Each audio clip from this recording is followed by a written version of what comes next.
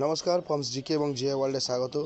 March মাসের 25 তারিখ বকেয়া ডিএনএস অ্যালাউন্সের মামলায় শুনানি হবে। তার আগেই বড় পদক্ষেপ রাজ্যের সরকারি কর্মীদের সংগঠন ইউনিয়ন ফোরামের। এর ফলে বেশ ধাক্কা খেতে চলেছে। মহার্ঘ ভাতা নিয়ে রাজ্যের বিরুদ্ধে রাজ্যের সরকারি কর্মীদের আন্দোলন জারি থাকলেও কেন্দ্র হারে বকেয়া আজও মেলেনি। সময়ের সাথে কেন্দ্র ও রাজ্যের ডিএ ফারাক বেড়ে চলেছে। এদিকে ডিএ মামলার বর্তমানে সুপ্রিম কোর্টে উঠেছে। আসন্ন মার্চ মাসের 25 তারিখে বকেয়া ডিএনএস অ্যালাউন্সের মামলায় শুনানি হবে। তার আগে বড় পদক্ষেপ রাজ্য সরকারি কর্মচারী সংগঠন ইউনিয়ন ফোরামের।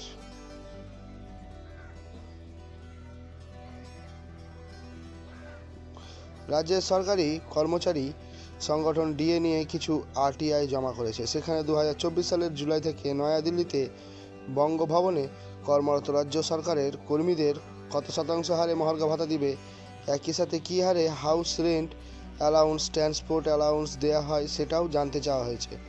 নবান্ন অর্থ দপ্তর ও পিডব্লিউডি দুই কর্তৃপক্ষ থেকে আরটিআইয়ের মাধ্যমে তথ্য জানতে চাওয়া হয়েছে।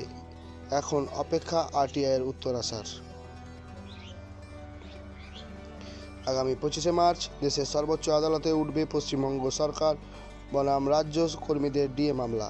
তার আগেই আরটিআই কিছু হলেও চাপে ফেলবে সরকারের, এমনই মনে করছেন বিশেষজ্ঞরা।